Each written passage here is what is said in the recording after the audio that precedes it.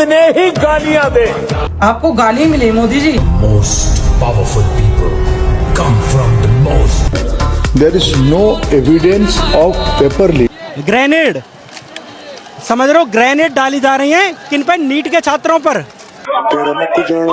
प्रधानमंत्री नरेंद्र मोदी को कड़ी सुरक्षा के बीच संसद भवन से सुरक्षित बाहर निकाला गया। दरअसल कॉकरोच जनता पार्टी के सांसद मार्च के दौरान प्रधानमंत्री संसद परिसर में ही मौजूद थे। पार्लियामेंट में स्टूडेंट पहुंचने से पहले तुम्हारे जो प्यारे मोदी जी वहां से भाग चुके हैं, जो कि इनका शुरू से यही काम रहा है। ये हमेशा सवाल जवाब इन सब से ऐसे बच के भागते हैं जैसे कि बहू अपनी सास से बच के भागती है। मेरे भाई चला जा, वैसे भी आज 20 तारीख है, कुत्ते की तरह लोग मारेंगे। ग्रेनेड, समझ रहे हो, ग्रेनेड डाली जा रही हैं किन पर? नीट के छात्रों पर, बेरोजगार लड़कों पर। आज के दिल्ली में हुए दंगों से ये अंधी जनता की कम से कम आंखें तो खुल गई। मुझे इस सरकार से सिर्फ एक छोटा सा सवाल पूछना है, जो आजकल का युवा जो स्टूडेंट है वो क्या कोई आतंकवादी है? क्योंकि आप लोगों ने इस तरीके से ट्रीट कर रहे हो। मेरी बात समझो आप एग्जाम्पल के तौर पर मैं क्या बोलना चाह रहा हूँ। आप लोग उस जगह पे अपने हथियार लेके गए हो, वो हथियार जो कि तुम लोग जंग में यूज करते हो, वर्ल्ड वॉर में यूज करते हो, वो हथियार लेके गए हो आप लोग। भाई सीरियसली वो लोग लड़ाई नहीं कर रहे और वो लोग खाली हाथ आए हैं, समझ गए ना? वो अपने हाथ में जहाँ तक कि कोई डंडा भी नहीं लेके आए, जो आप लोग इतने तगड़े हथियार लेके गए उन लोगों से लड़ने के लिए।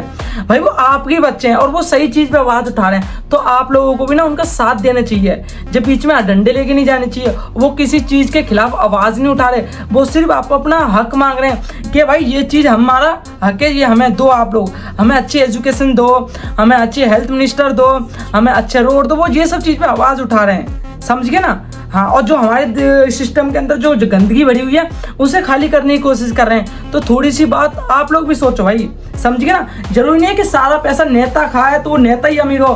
भाई हमारा टैक्स का पैसा, हमारा हक है पूछने का कि हाँ भाई ये टैक्स का पैसा एक ही नेता के पास क्यों है।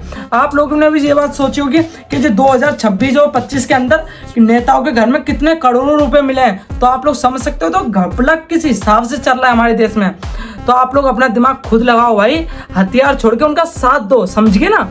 जंतर मंतर पे टूटी फूटी गाड़ी रखी गई है, पता है क्यों?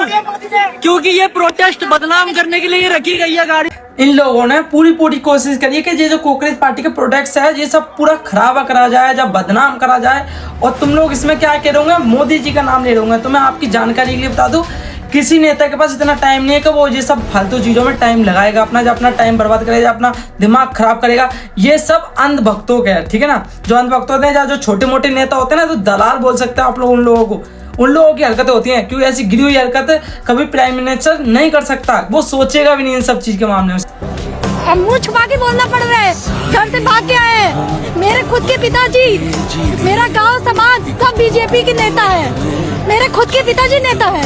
बीजेपी में आपके पिताजी नेता है? हाँ है, छोटे से लेकर बड़े तक हमारे घर में जितने सदस्य हैं सब बीजेपी के नेता है। पर आज तक की सरकार में तुमने कभी ऐसा देखा है कि पूरी फैमिली, माँ बाप, भाई बहन, सब के सब पूरा गांव बीजेपी को सपोर्ट कर रहा हो मगर उनके बच्चे बीजेपी को सपोर्ट नहीं कर रहे? उसका मतलब पता है क्या है? क्योंकि आजकल का जो युवा है ना, वो चूतिया नहीं है और ना वो अंधभक्त है। उसे अच्छे से पता है कि आजकल के टाइम में हमें क्या चाहिए। मंदिर और मस्जिद तो चाहिए नहीं, हमें चाहिए अच्छा एजुकेशन सिस्टम, अच्छा रोड, अच्छा हेल्थ मिनिस्टर। हमें ये सब चाहिए। इसलिए जो आजकल का युवा है वो धरना पे बैठ जाता है 2 मिनट में। और जो हमारे पुराने जमाने की सोच है, हमारे मम्मी पापा, वो आज भी बीजेपी के सपोर्टर हैं। तो आपकी मर्जी भाई, मैं अब भी कह रहा हूँ कि आपकी तो उम्र लेके लिए आप ये सोचो कि आपके बच्चे क्या फैसला ले रहे हैं, आप उस पर फैसला लो, अनभक्त मत बनो। ये वो निशान है जहाँ पर आंसू गैस का गोला इनके हाथ पे लगा हुआ है। चाहे कितना ही प्रोटेक्ट कर लो, आम जनता का युवा कितना भी मारा जाए, चाहे कितना भी तुम्हारा बेरोजगार हो, मोदी जी कभी तुम्हारी नहीं सुनेंगे और ना कभी उस शख्स को उसके पद से हटाएंगे। और इसके पीछे 2 कारण है। सबसे पहला कारण कि जो वो शख्स है ना, जब मोदी जी कुछ भी नहीं थे, मोदी जी ने शुरुआत करी थी ना, उस शख्स ने उसने मोदी जी की हेल्प करी थी, इसलिए उसके पद से मोदी जी बिल्कुल नहीं हटाएंगे। अगर किसी और की सरकार होती तो अभी तक वो हट जाता। जैसे एग्जाम्पल के तौर पर समझो, जब भाजपा की, जब कांग्रेस की सरकार होती तो उस शख्स को अभी तक हटा दिया जाता, क्योंकि वो उनका कुछ नहीं लगता। और इस शख्स ने मोदी जी की बहुत ज्यादा हेल्प करी है। एक तरफ से बोल सकते हो ये शख्स जिसने ये बोला है ना कि कॉकरोच पार्टी, मतलब कॉकरोच जो आम का युवा है वो कॉकरोच है, जिसने ये शब्द यूज करा है, वो हमारे मोदी जी का परम मित्र है, कहने का मतलब बेस्ट फ्रेंड, इसलिए उसे उसके पद से नहीं हटाया जा रहा। और दूसरा कारण है कि अगर मानो हमने उसका इस्तीफा दे भी दिया तो कल को कॉकरोच मोदी जी का इस्तीफा मांगेंगे बोला यही मौत दी का इस्तीफा। सॉरी मम्मी पापा, मुझे नहीं पता मैं आपको और खुद को कैसे फेस कर पाऊंगी। मैंने जितनी मेहनत की और आपने जितनी मेहनत की सब बर्बाद हो गई। मुझे माफ कर दीजिए, मुझे माफ कर दीजिए। आप लोगों ने यहाँ पे एक चीज नोटिस करी कि इस लड़की से ज्यादा एक्टिंग तो जो पीछे लड़का है ना, जो सपोर्ट के लिए से तैयार है कि दीदी आप गिरो हम आपको पकड़ लेंगे, वो ज्यादा अच्छी एक्टिंग कर रहा है। तो मैं एक बात बोलना चाहता हूँ, दीदी अगली बार स्क्रिप्ट लिख रहा हो ना तो आप लोग एक्टरों को पकड़ना, चूतियाओं को नहीं। मेरा दबदबा कई साल बाद इसका हार के ना मन भरा, देखो कैसे नाचे मेरे धुन पे ये अप्सरा।